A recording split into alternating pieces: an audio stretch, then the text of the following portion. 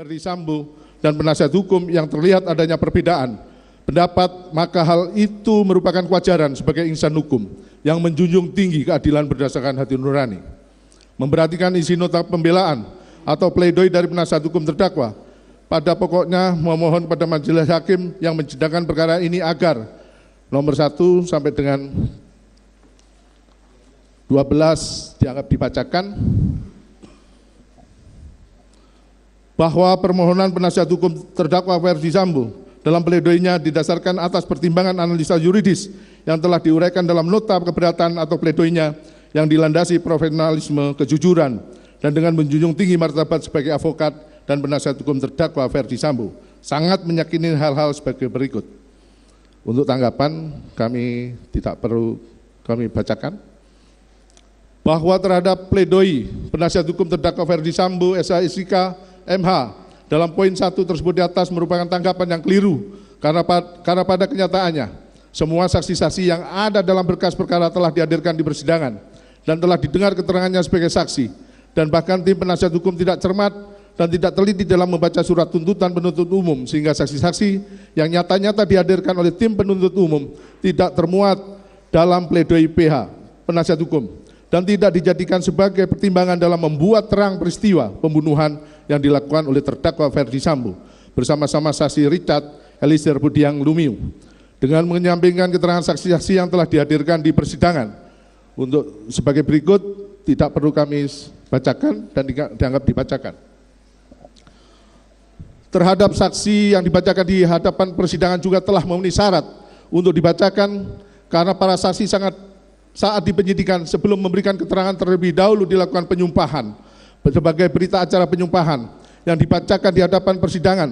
Sebelum pembacaan keterangan para saksi dan para saksi juga telah dipanggil secara patut, namun yang bersangkutan tidak dapat hadir sehingga dimohonkan untuk dibacakan, dan saat dibacakan penasihat hukum juga tidak keberatan sehingga keterangan yang termuat dalam surat tuntutan dapat diakui kebenarannya, dan terdakwa Ferdy Sambo SHSIK MH tidak keberatan atas keterangan tersebut. Terhadap keterangan memanipulasi, penasihat hukum terdakwa terlalu mengada-ngada karena pada nyatanya para saksi selain mengakui keterangan yang telah diberikan di BAP saat diperiksa pada tingkat penyidikan, para saksi juga menerangkan kembali di hadapan persidangan setelah meletakkan sumpah, dan keterangan tersebut merupakan fakta hukum yang dapat diakui kebenarannya. Demikian juga dengan para ahli sebelumnya telah memberikan keterangan pada saat penyidikan yang sebelumnya dilakukan penyumpahan berdasarkan berita acara penyumpahan, dan saat memberikan keterangan para ahli terlebih dahulu meletakkan sumpah sebelum memberikan keterangan, dan para ahli juga tegas menyatakan bahwa keterangan yang ada dalam BAP dalam berkas perkara mencakup keterangan sebagaimana keterangan yang ahli berikan dalam persidangan. Terhadap alat bukti, penasihat hukum terdakwa Ferdy Sambo SHSIK MH juga mengada-ngada seolah-olah memperlihatkan ketidakprofesionalnya karena pada nyatanya semua alat bukti sebagaimana pasal 184 KUHP yang dikemukakan oleh tim penuntut umum di hadapan persidangan nyata-nyata tetap konsisten dan tidak ada perubahan. Lagi-lagi penasihat hukum terdakwa memperlihatkan ketidakprofesionalnya dalam mempertahankan hak kliennya sehingga menyatakan alat bukti yang dikemukakan oleh tim penuntut umum adalah alat bukti yang tidak sah, padahal nyata-nyata para saksi mengangkat sumpah sebelum memeriksa memberikan keterangan. Demikian juga halnya dengan ahli serta petunjuk yang ada. Dan terdakwa Ferdy Sambo SHSIK MH saat memberikan keterangan mulai dari penyidikan sampai memberikan keterangan di hadapan persidangan didampingi oleh penasihat hukum, sehingga keterangannya merupakan keterangan yang benar dan merupakan fakta hukum yang dapat diakui kebenarannya. Dan terhadap barang bukti yang dihadirkan di persidangan adalah barang bukti yang sah karena barang bukti tersebut kesemuanya telah dilakukan penyitaan dan telah ditetapkan dalam penetapan penyitaan oleh pengadilan negeri yang berwenang. Untuk itu, sehingga barang bukti itu pun merupakan barang bukti yang sah. Terhadap surat dakwaan dan surat tuntutan yang berdasarkan keterangan dari saksi Richard Eliezer Budiang Lumiu, lagi-lagi penasihat hukum terdakwa Ferdy Sambo SHSIK MH memperlihatkan sikap ketidakprofesionalnya dan bahkan tidak mampu mempertahankan hak kliennya, yakni terdakwa Ferdy Sambo. Bahkan penasihat hukum ikut berkontribusi dan mempertahankan kebohongan yang dibangun oleh terdakwa Ferdy Sambo SHSIK MH. jelas-jelas dan nyata yang sudah tidak dapat terbantahkan lagi dan merupakan fakta hukum, terdakwa Ferdi Sambo melakukan persiapan perencanaan sejak di rumah Saguling 3 hingga pelaksanaan eksekusi di rumah Duren 346. Keterangan tersebut merupakan keterangan yang diperoleh dari saksi Richard Eliezer Budiang Lumiu yang membuat terang peristiwa pembunuhan kepada korban Nofriansah Yosua Huta Barat. Hal tersebut juga secara nyata dan pasti diakui oleh penasihat hukum. Hanya saja penasihat hukum terdakwa Ferdi Sambo berusaha untuk tidak mau tahu dan bahkan berusaha untuk memberikan masukan kepada terdakwa Ferdi Sambo demi kepentingan terdakwa Ferdi Sambo dengan tujuan agar perkara tersebut tidak terungkap secara terang. Bahkan penasihat hukum juga ikut proaktif saat dilakukan rekonstruksi, baik di saat penyidikan maupun pada saat pemeriksaan lapangan yang dihadiri oleh Ketua Majelis Hakim yang memimpin penanganan perkara ini. Sehingga patut diduga bahwa peristiwa tersebut nyata-nyata sangat dipahami oleh penasihat hukum terdakwa Ferdi Sambo SH SIK MH. Mohon dilanjutkan.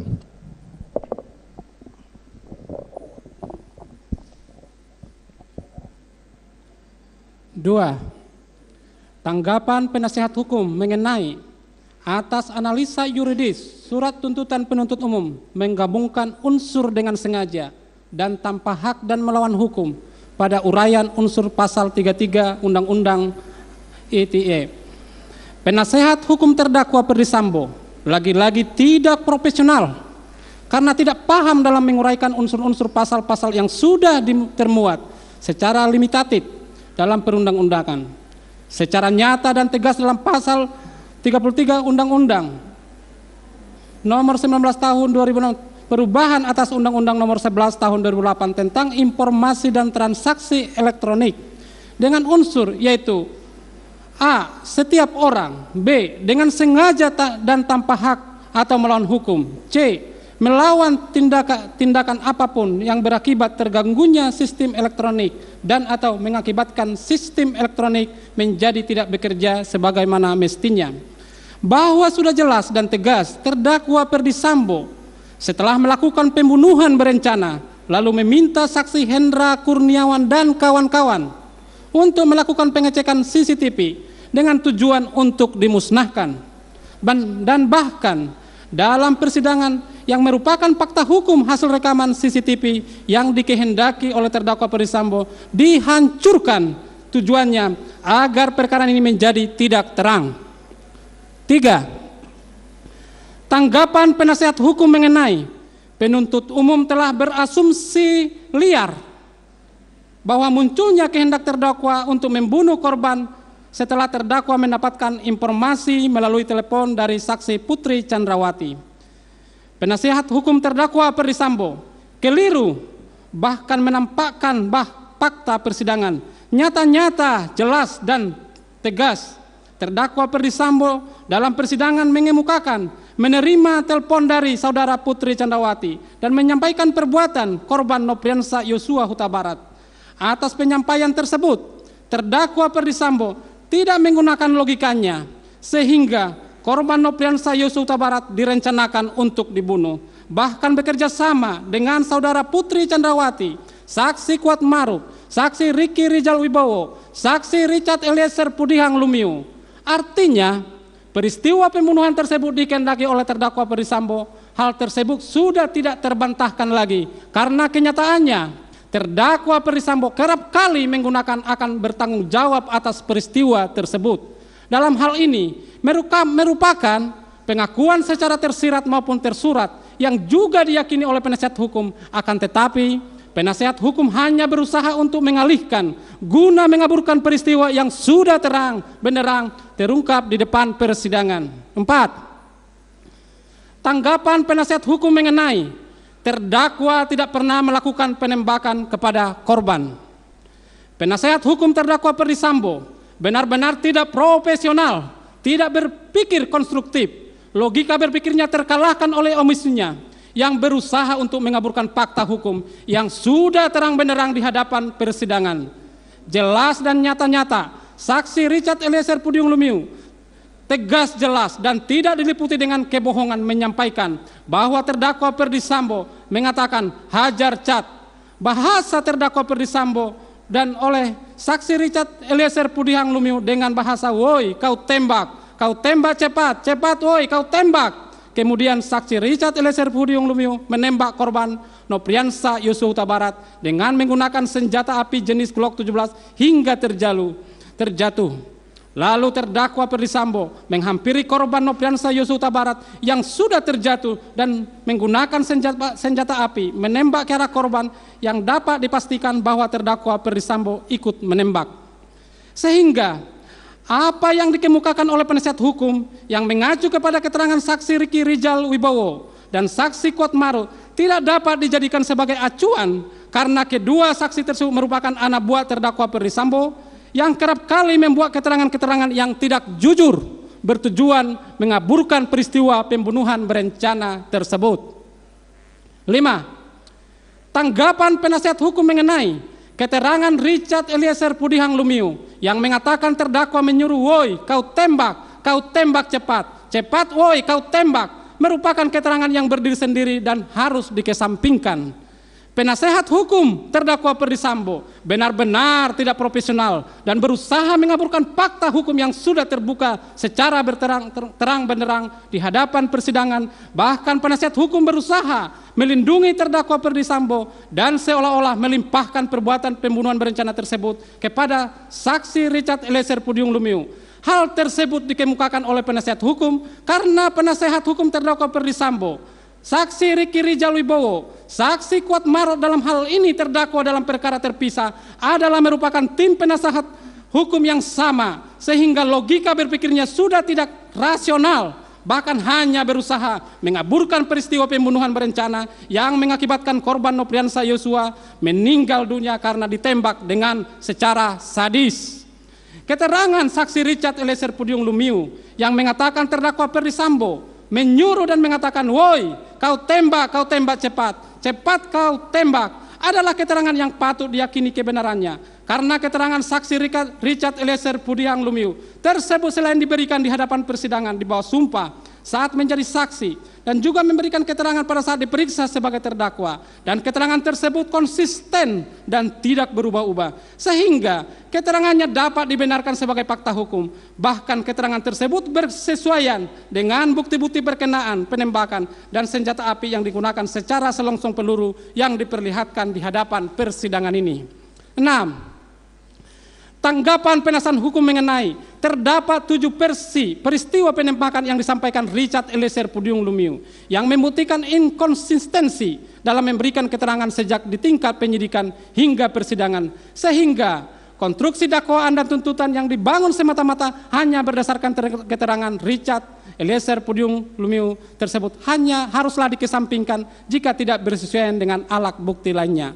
Penasehat hukum terdakwa Ferdi Sambo benar-benar tidak profesional dalam fakta persidangan saat peristiwa penembakan mulai dari direncanakan peristiwa pembunuhan berencana di Rumah Saguling 3 lantai 3 hingga pelaksanaan eksekusi terhadap korban Nopriansa Yosua Huta Barat di rumah dinas Duren 346 yang terlibat langsung hanyalah terdakwa Ferdi Sambo dan saksi Richard Eliezer Pudihang Lumiu yang mengetahui secara pasti peristiwa tersebut. Akan tetapi terdakwa Ferdi Sambo sebagai orang yang merencanakan intelektual dader berusaha mengaburkan fakta dengan cara tidak berterus terang atau tidak jujur. Hal tersebut didukung oleh tim penasihat hukum dalam membela kepentingan terdakwa Ferdi Sambo. Keterangan saksi Riki Rijal Wibowo dan saksi Kuat Maruf yang dijadikan landasan oleh penasihat hukum merupakan keterangan yang tidak dapat diakui kebenarannya sehingga patut untuk dikesampingkan karena keterangannya mengandung ketidakjujuran dan merupakan pengikut setia terdakwa Ferdi Sambo.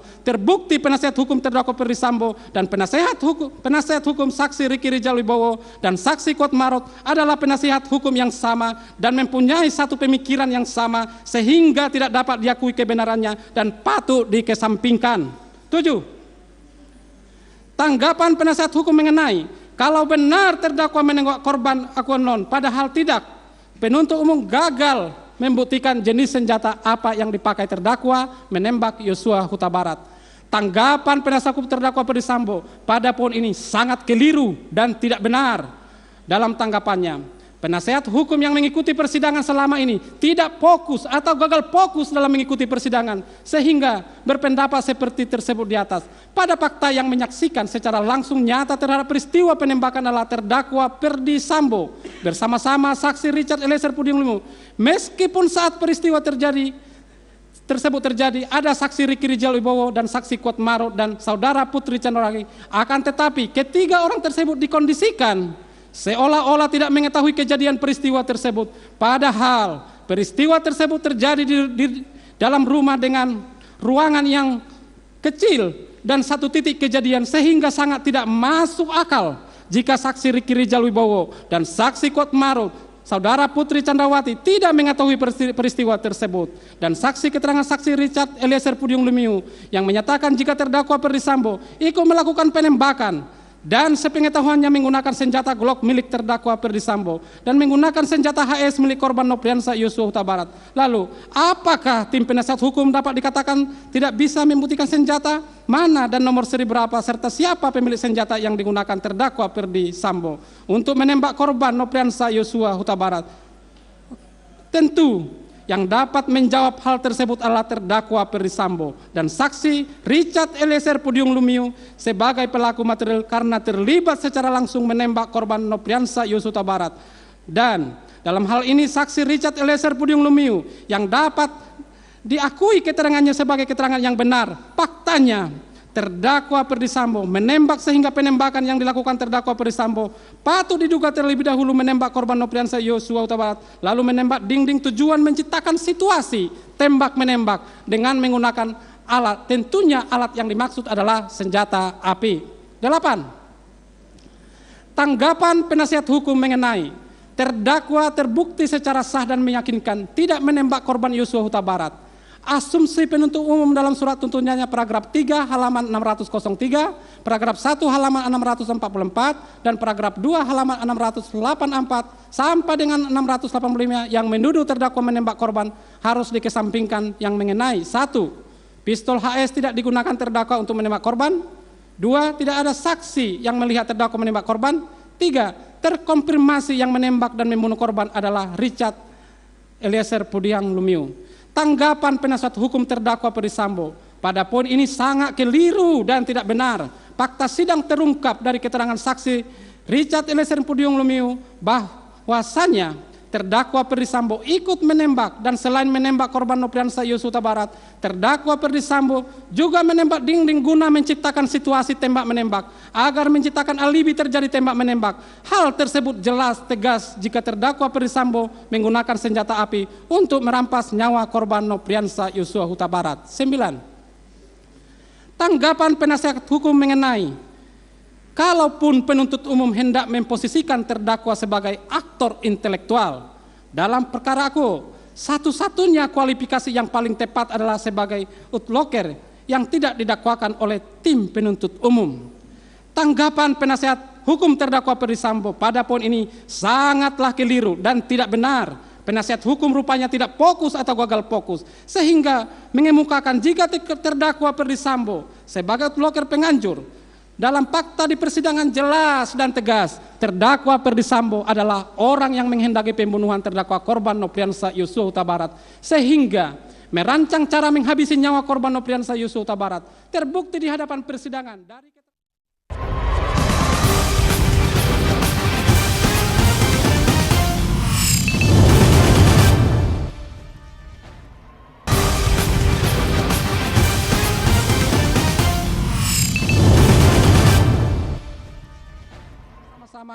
sebagaimana dakwaan ke-1 primer melanggar pasal 340 KUHP junto pasal 55 ayat 1 ke-1 dan pertama primer melanggar pasal 49 junto pasal 33 Undang-Undang Nomor 19 Tahun 2016 tentang perubahan atas Undang-Undang Nomor 11 Tahun 2008 tentang informasi dan transaksi elektronik junto pasal 55 ayat 1 ke-1 KUHP.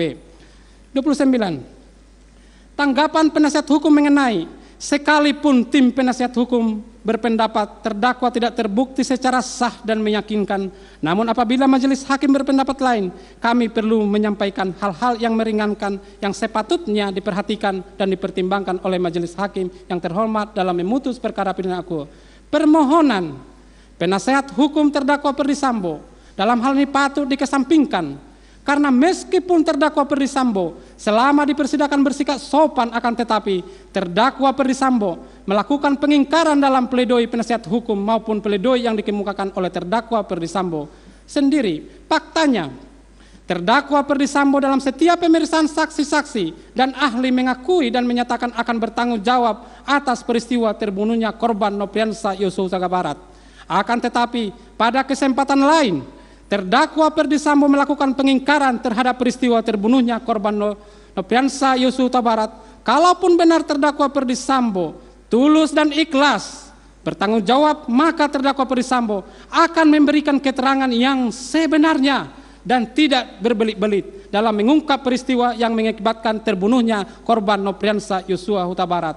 Bahwa oleh karena semua dalil penasihat hukum terdakwa Ferdy Sambo tidak berdasarkan hukum dan tidak terbukti, maka kami tim penuntut umum memohon kepada Ketua Majelis Hakim yang memeriksa dan mengadili perkara atas nama terdakwa Ferdy Sambo agar mengesampingkan dalil-dalil yang dikemukakan oleh dalam pledoinya dan menyatakan terdakwa Ferdy Sambo terbukti secara sah dan meyakinkan melakukan tindak pidana pembunuhan berencana secara bersama-sama sebagaimana dakwaan ke-1 primer melanggar pasal 340 KUHP junto pasal 55 ayat 1 ke 1, dan pertama primer melanggar pasal 49 junto pasal 33 Undang-Undang Nomor 19 2006 tentang perubahan atas Undang-Undang Nomor 11 Tahun 2008 tentang informasi dan transaksi elektronik junto pasal 55 ayat 1 ke 1 KUHP, bahwa pada kesempatan yang sama terdakwa Ferdy Sambo juga mengajukan nota pembelaan secara pribadi, dan dalam pembelaannya terdakwa Ferdy Sambo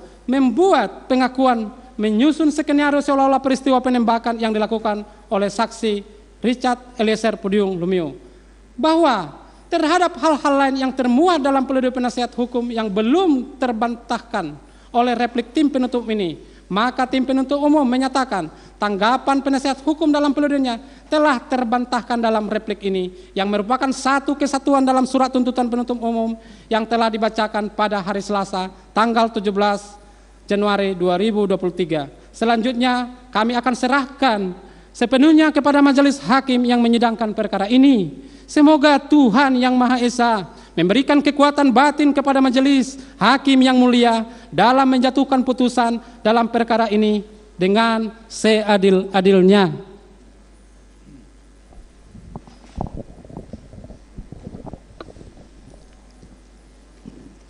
Berdasarkan keseluruhan uraian tersebut di atas, kami tim penuntut umum dalam perkara ini berpendapat bahwa pledoi tim penasihat hukum haruslah dikesampingkan. Selain itu, uraian-uraian pledoi tersebut tidaklah memiliki dasar yuridis yang kuat yang dapat digunakan untuk menggugurkan surat tuntutan tim penuntut umum. Berdasarkan hal-hal tersebut di atas, penuntut umum memohon kepada majelis hakim yang memeriksa dan mengadili perkara ini untuk 1. Menolak seluruh pledoi dari tim penasihat hukum terdakwa Ferdy Sambo. 2. Menjatuhkan putusan sebagaimana diktum tuntutan penuntut umum yang telah dibacakan pada hari Senin tanggal 16 Januari, pada hari Selasa tanggal 17 Januari 2023. Demikian replik tim penuntut umum atas pledoi tim penasihat hukum terdakwa Ferdy Sambo yang telah kami bacakan dalam persidangan hari ini, Jumat tanggal 27 Januari 2023. Selanjutnya kami menyerahkan sepenuhnya kepada majelis hakim yang mulia untuk memutuskan perkara ini dengan seadil-adilnya. Sekian, terima kasih.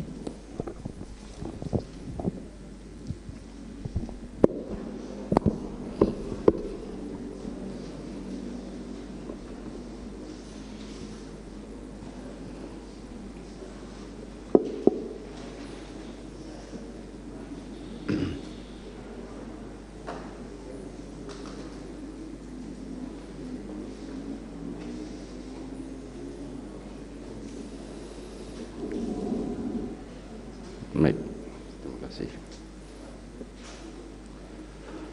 Selanjutnya dengan adanya replik dari penuntut umum, kami memberi kesempatan kepada penasihat hukum terdakwa mengajukan duplik atas replik dari penuntut umum, dan kita jadwalkan pada hari Selasa yang akan datang. Ya. Baik, kemudian memerintahkan terdakwa untuk kembali ke dalam tahanan. Sidang perkara nomor 796 Pit B 2022 atas nama terdakwa Ferdi Sambo dinyatakan ditutup.